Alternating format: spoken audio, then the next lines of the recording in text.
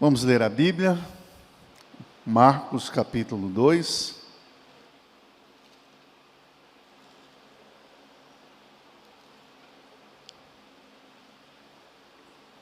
Na semana passada, nós havíamos anunciado que iríamos ministrar o texto de Marcos 2 em dois momentos. No primeiro momento, abordando a questão da importância dos amigos e como são importantes os amigos que nos levam para perto de Jesus. E hoje nós vamos abordar mais a questão da cura do paralítico e toda essa celeuma aqui levantada pelos escribas e fariseus que estavam ali naquele lugar. Eu convido você para nós lermos esses 12 primeiros versículos de Marcos capítulo 2. Dias depois entrou Jesus de novo em Cafarnaum, e logo ocorreu que ele estava em casa. Muitos afluíram para ali, tantos que nem mesmo junto à porta eles achavam lugar, e anunciava-lhes a palavra. Alguns foram ter com ele, conduzindo um paralítico, levado por 4 homens, e não podendo aproximar-se dele por causa da multidão, descobriram o eirado no ponto correspondente ao que ele estava, e fazendo uma abertura, baixaram o leito em que jazia o doente. Versículo 5, vendo-lhes a fé, Jesus disse ao paralítico, filho, os teus pecados estão perdoados. Mas alguns dos escribas estavam sentados ali e arrazoavam em seu coração. Por que fala ele deste modo? Isto é blasfêmia. Quem pode perdoar pecados senão um, que é Deus? Jesus, percebendo logo por seu espírito que eles assim arrazoavam, disse-lhes, por que arrazoais sobre estas coisas em vosso coração? Qual é mais fácil? Dizer ao paralítico, estão perdoados os teus pecados, ou dizer, levanta-te, toma o teu leito e anda? Ora, para que saibais que o Filho do Homem tem poder sobre a terra. Filho do Homem tem sobre a terra autoridade para perdoar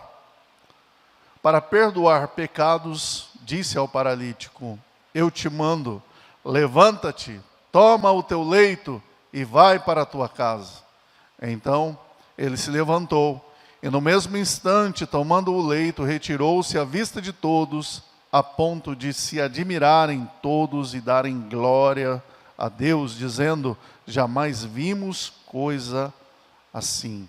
Oremos. Senhor, nós pedimos agora para que o Senhor, pela tua grande misericórdia, fale ao nosso coração. O Espírito Santo traz toda a iluminação que nós precisamos para compreender a tua palavra, ouvirmos a tua voz e recebermos a mensagem do céu, para que o nosso coração seja edificado, nossa vida seja tocada e sejamos transformados pelo teu poder e pela tua palavra, em nome de Jesus.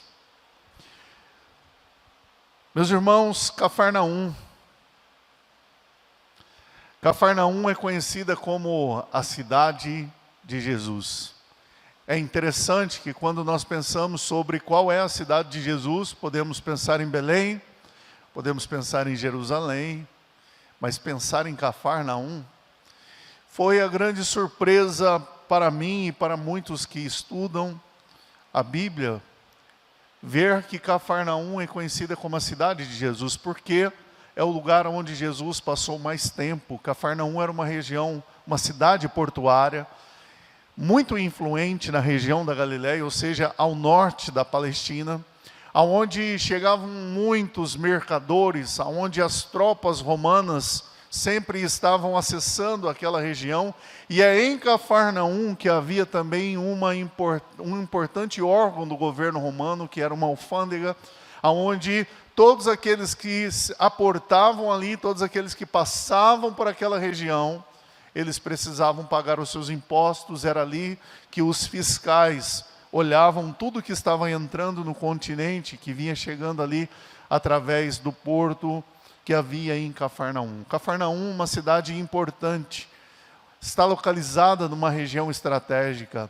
Por ser então essa região onde passava a chamada Via Marítima e tudo que chegava ali à parte do continente através do lago de Genezaré, que também é chamado de Mar da Galileia, tudo que chegava ao continente por ali passava por Cafarnaum, e então Cafarnaum se tornava um lugar bastante conhecido de todos aqueles que viajavam, todos aqueles que passavam por aquela região, e tudo que acontecia em Cafarnaum também podia chegar a vários outros lugares por causa do seu ponto estratégico.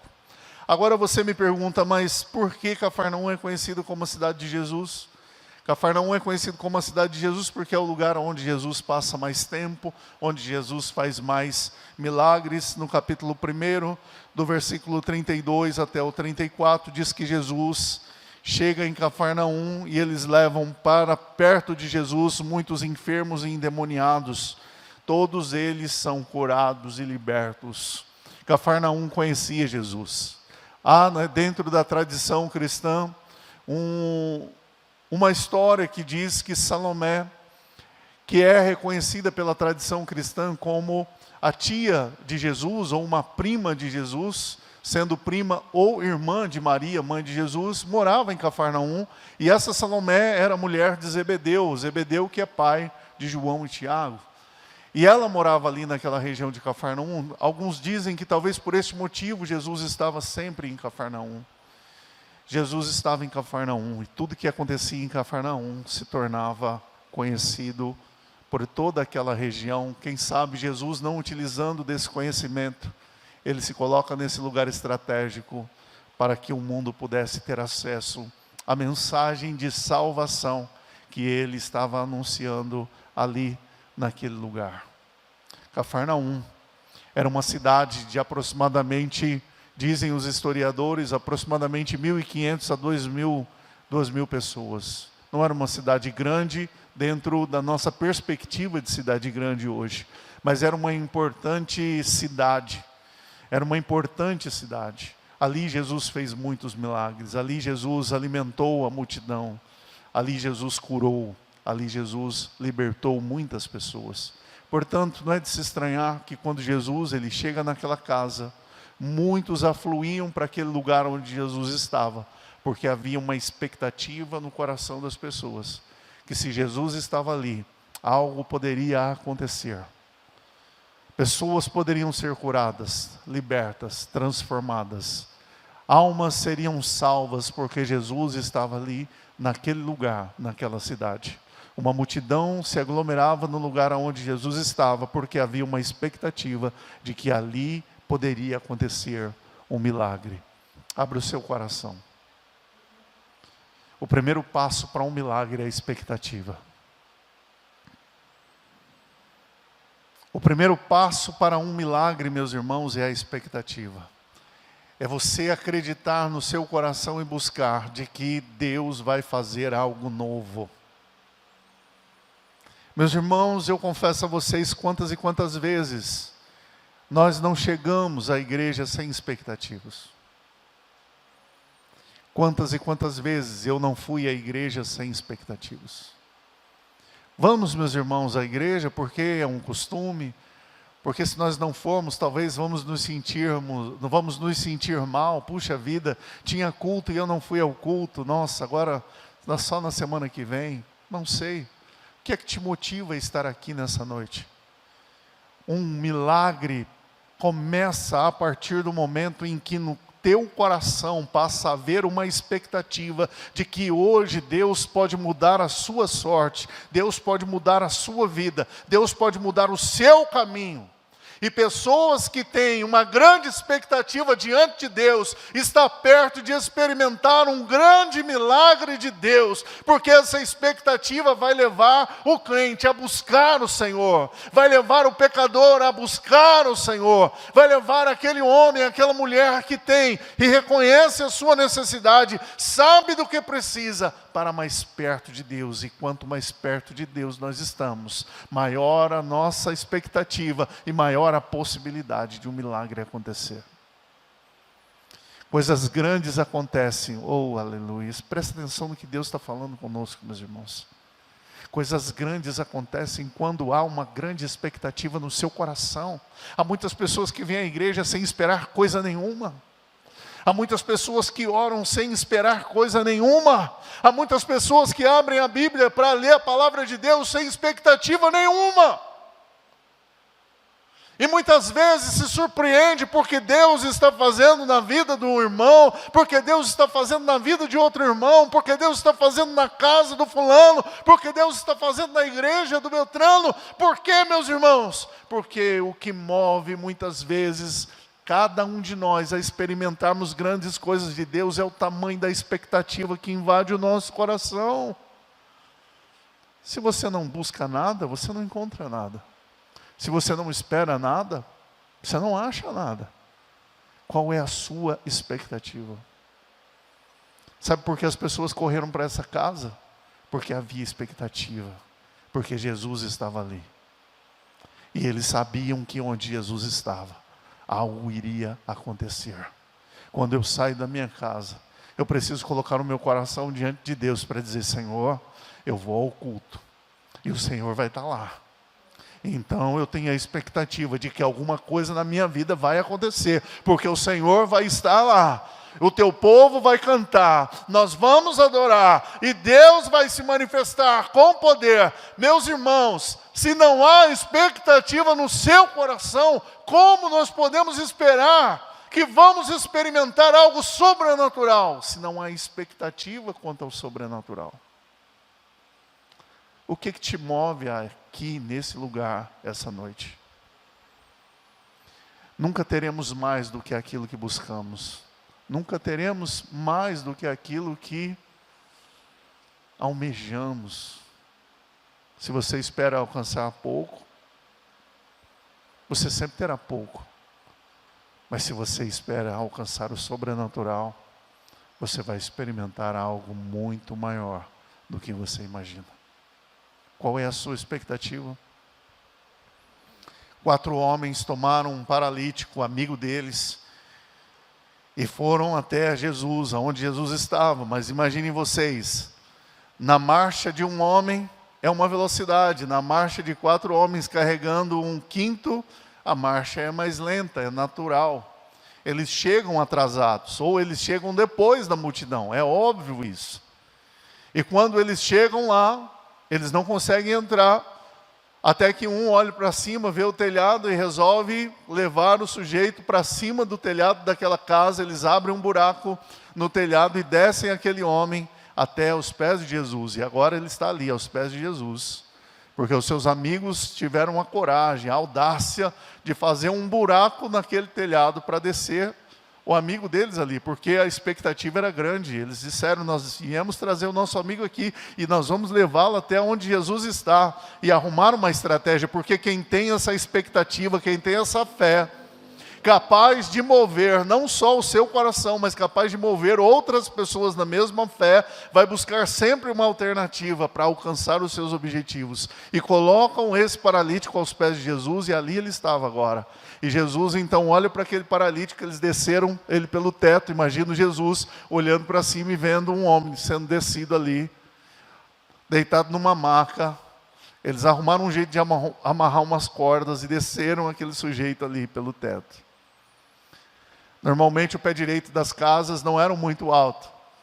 Então nós estamos falando de uma casa que tem um telhado muito alto. Mas enfim, quando ele estava descendo ali, Jesus observando, vê aquele sujeito chegando e ali aos seus pés sendo colocado. Diz o texto no versículo 5, que toca muito o meu coração: vendo-lhes a fé. Isso é maravilhoso. Não era a fé de um, era a fé de todos. Vendo-lhes a fé. Havia expectativa no coração do paralítico, havia uma expectativa talvez ainda maior no coração dos seus amigos. E então estão todos ali olhando para aquilo que Jesus vai fazer.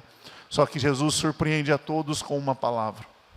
Imagine só, qual é a palavra que todos aqueles que levaram aquele paralítico até Jesus, qual é a palavra que eles almejavam ouvir de Jesus naquela hora?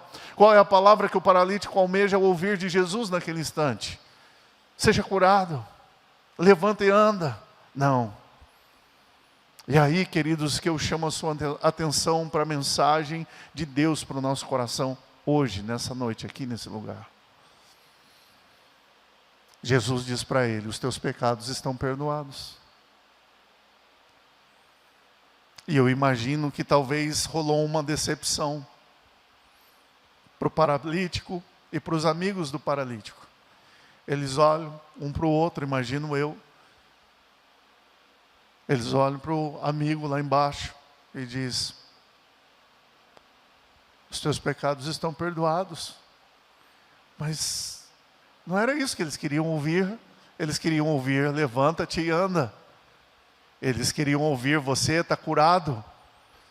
Vou liberar sobre a sua vida agora um milagre. As tuas pernas serão restauradas, os teus movimentos serão restaurados. Agora você vai poder andar, vai poder correr, vai poder pular. Não. Jesus olha para o paralítico e diz para ele: os teus pecados estão perdoados. E aí, meus irmãos, é que tudo começa a fazer muito sentido no meu coração. Que há muita expectativa em relação, queridos, a muita coisa que a gente gostaria de ter. Há expectativa em relação a muitas coisas que nós gostaríamos que estivesse acontecendo de maneira diferente na nossa vida, na nossa casa, no nosso trabalho. Mas tudo que Deus faz, aleluia, abre o seu coração.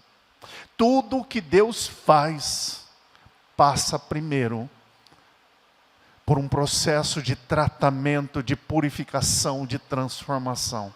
E isso não acontece de fora para dentro, mas acontece de dentro para fora. Eu sei que os meninos mais jovens não vão saber do que eu vou falar agora, mas eu vou falar assim mesmo. Depois eu coloco uma legenda aqui embaixo e te explico. A gente morava no interior, com coisa que nós estamos na capital, né? Mas a gente morava no interior. E na região onde eu morava, a gente não costumava usar sapato, nem tênis. A gente andava descalço. Os meninos em casa andam descalço, eu brigo com eles para eles colocarem chinelo, pelo menos, para não pegar friagem no pé. Mas eu não consigo entender. Quando eu era menino, a gente andava descalço, não era dentro de casa. A gente andava descalço em qualquer lugar. A gente chutava a bola descalço. A gente andava no asfalto quente descalço. A gente ia para o meio do pasto correr descalço. A gente ia buscar manga descalço. E por andar muito descalço, a gente, agora assim, vou falar devagar porque muita gente não sabe o que é. A gente pegava muito bicho de pé. É verdade. E aí você deve estar se perguntando o que é bicho de pé. É uma das piores coisas que existe no planeta Terra. Porque isso coça, que é uma coisa de doido. E muitas vezes você não consegue enxergar onde é que o bicho do pé está, até que ele cresce. E aí fica uma coisa bastante estranha. Então, uma dica para você: não pegue bicho de pé.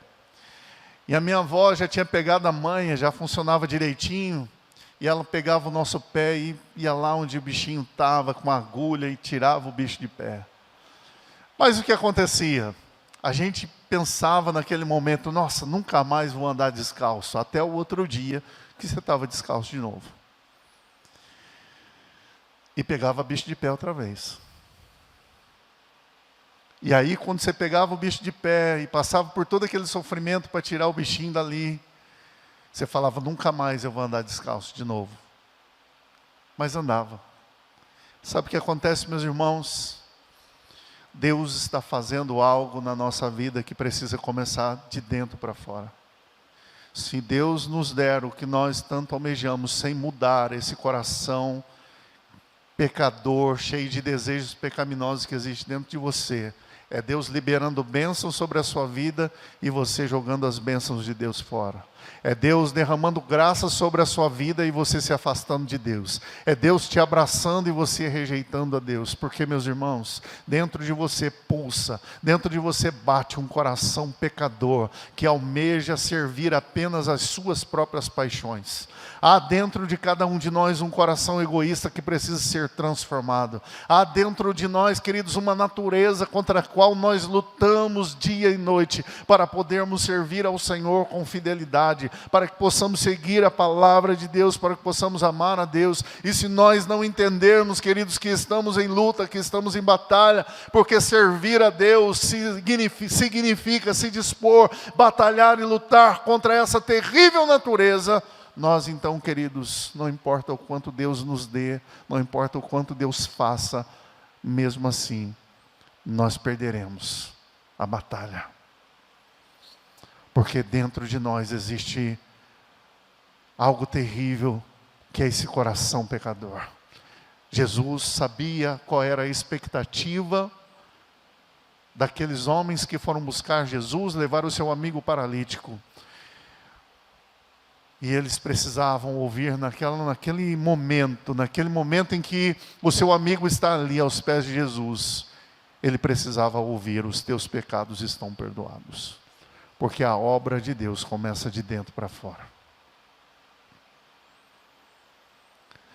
E é interessante, meus irmãos, que ao ouvirem isso, aqueles escribas que estavam ali, eles começaram a discutir entre si e diziam entre eles que Jesus cometia uma grande blasfêmia, porque Jesus não podia falar: os teus pecados estão perdoados, porque somente Deus pode perdoar os pecados. E aí, meus irmãos, que há a grande diferença entre aqueles que foram tocados pelo Espírito Santo e aqueles que ainda estão com o seu coração endurecido e obscurecida sua mente em relação a Deus. Porque, meus irmãos, se nós não formos tocados pelo Senhor, nós nunca enxergaremos verdadeiramente quem é Jesus na nossa vida. Nós poderemos ler a Bíblia e não conseguiremos enxergar quem é Jesus, o Filho de Deus, o Salvador, se o Espírito Santo não nos tocar, não abrir os nossos olhos. Aqueles homens que estavam ali naquela casa, olhavam para Jesus e ao ouvir Jesus dizer: os seus pecados estão perdoados, vão julgá-lo, vão recriminá-lo e vão dizer que ele cometia blasfêmia, porque ao olhar para Jesus eles enxergavam um homem comum, e Jesus não era um homem comum. Jesus é o Filho de Deus, é o próprio Deus encarnado entre os homens, e isso faz toda a diferença. Talvez, meu irmão, a sua expectativa em relação a Deus ainda seja muito pequena, porque você precisa conhecer Jesus. Não o Jesus que te falaram, mas você precisa conhecer o Jesus, Filho de Deus, o Salvador, o Rei dos Reis, o Senhor dos Senhores. Quando você tem um encontro real com esse Jesus, a sua perspectiva muda. E você descobre que Ele é o único que pode perdoar os seus pecados. Porque foi Ele que derramou o sangue redentor por causa dos seus pecados. E somente Ele pode liberar perdão sobre a sua vida. Portanto, meus irmãos, antes do paralítico ouvir: levanta, toma o teu leito e anda, ele precisava ouvir: os teus pecados estão perdoados. Ele precisava ter um encontro com o Salvador, ele precisava estar perto de Jesus. E, meus irmãos, escute uma coisa muito importante que eu vou lhe dizer: quem está perto de Jesus sabe o quanto é pecador. Quem realmente tem um encontro com Jesus também reconhece quão terrível é a sua própria natureza e sabe que ele precisa permanecer aos pés de Jesus, porque somente aos pés de Jesus ele pode vencer essa luta terrível contra ele mesmo e contra o seu coração pecador. Meus irmãos, termino essa mensagem dessa noite dizendo para você: há uma expectativa no seu coração, há uma necessidade que você busca uma resposta de Deus, há um milagre que você almeja para que o Senhor faça na sua vida, mas passa primeiramente por esta palavra: os teus pecados estão perdoados. Quem ainda não experimentou o perdão dos pecados, meus irmãos, dificilmente experimentará os milagres de Deus. Esse homem tinha uma expectativa no seu coração. Ele queria ser curado. E foi. Eu imagino, meus irmãos, esse homem tomando ali a sua maca, colocando sobre os ombros e dizendo para aquelas pessoas que estavam dentro daquela casa: gente, dá licença aí, porque eu preciso ir embora. Não eram os seus amigos que estavam ajudando ele a ficar em pé, era ele que estava em pé. Não eram os seus amigos que o ajudavam, o arrastavam, não, ele dava um passo após o outro e dizia para aquela multidão, e isso eu imagino, dizendo: meus amigos, com licença, eu preciso ir para casa. E ele carregando a sua cama: eu preciso ir para casa, com licença. Eu imagino esse paralítico, agora não mais paralítico, caminhando nas ruas de Cafarnaum, em direção à sua casa, e as pessoas olhando para ele, dizendo: o que aconteceu? Esse não era aquele homem que ficava deitado numa cama, porque ele não podia se levantar, e um dizia: é ele mesmo, o outro dizia: talvez, será que é ele mesmo? E todos foram impactados, meus irmãos, porque viram aquele paralítico que carregava a sua própria cama, que agora ele não era mais um paralítico, mas ele era um homem restaurado, transformado. Ele experimentou o milagre que ele buscava. E aquilo, meus irmãos, que era símbolo da sua derrota, aquilo que era símbolo da sua miséria, aquilo que era símbolo da sua impossibilidade, não estava mais no chão com ele deitado em cima, mas agora ele podia carregar o seu próprio leito. Ele carregava o seu próprio leito, e quando ele pega aquela maca e ele coloca no ombro e ele vai andando para casa, ele estava anunciando ao mundo que existe um Deus todo-poderoso que faz milagre, que transforma a nossa vida, que muda a nossa sorte. Aquilo que era símbolo da sua derrota, da sua dor, da sua decepção, da sua miséria, tornou-se agora símbolo da sua grande vitória. Tornou-se símbolo do grande poder de Deus que foi manifesto na vida dele e o colocou em pé. Fez dele um vencedor. Sabe qual é a palavra de Deus para nós nessa noite, meus irmãos? É que as expectativas do nosso coração serão preenchidas se nós formos capazes de ouvir de Deus: os teus pecados estão perdoados.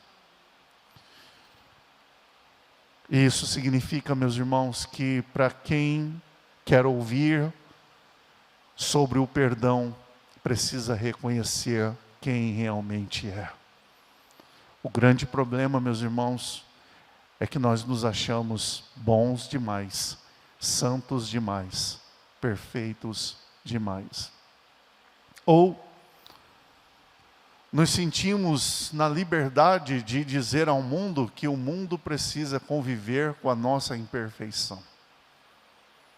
Que as pessoas que estão ao nosso redor precisam nos aceitar do jeito que nós somos, porque eles também são ruins e eu sou ruim, então que se exploda, todo mundo não presta, e eu vou continuar vivendo do jeito que eu vou vivendo. No entanto, meus irmãos, esse não é o caminho. Esse é o caminho da desgraça. Esse é o caminho que faz a gente experimentar um ciclo da miséria. Perde hoje, perde amanhã, ganha um pouco e nada tem. E nada junta, tudo se perde. É como querer carregar um bocado de água no escorredor de macarrão. É como tentar tomar água, meus irmãos, numa caneca furada. Você enche e ela esvazia. Você junta e aquilo que você juntou se perde. Meus irmãos, não é esse o caminho. O caminho que Deus nos chama é o caminho da santidade. É o caminho onde o pecador reconhece o seu pecado. E porque ele reconhece o seu pecado, ele está capacitado a receber o perdão de Deus. Ninguém aqui é perfeito, é verdade, nem eu. Ninguém aqui é certo como gostaria de ser, é verdade. Mas, meus irmãos, isso não nos impede de continuarmos lutando para viver uma vida digna diante do Senhor. Isso não nos impede de chegarmos dia após dia diante de Deus e dizer: Senhor, perdoa-me.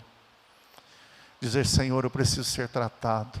Dizer: Senhor, eu preciso ser transformado no meu caráter. O meu coração precisa ser mais parecido com o teu.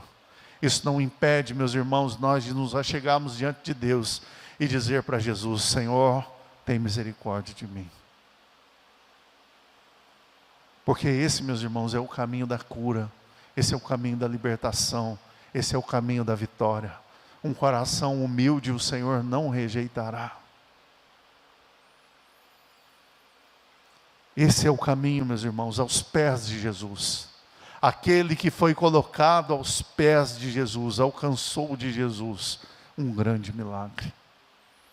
O seu milagre também está aos pés de Jesus. Se você for capaz de se colocar aos pés de Jesus dia após dia, você estará preparado para experimentar a glória de Deus. Portanto, aquele paralítico carregou o símbolo da sua vergonha e da sua miséria nos ombros para mostrar ao mundo que Deus faz milagres. Nessa noite, eu pergunto a você: qual é o símbolo da sua tristeza? Qual é a sua dor? Qual é a sua miséria? Deus transforma miseráveis em vitoriosos, porque Ele é Deus, porque a graça de Deus muda a gente de dentro para fora. Há um milagre esperando você, mas também há um lugar onde você precisa estar, aos pés de Jesus.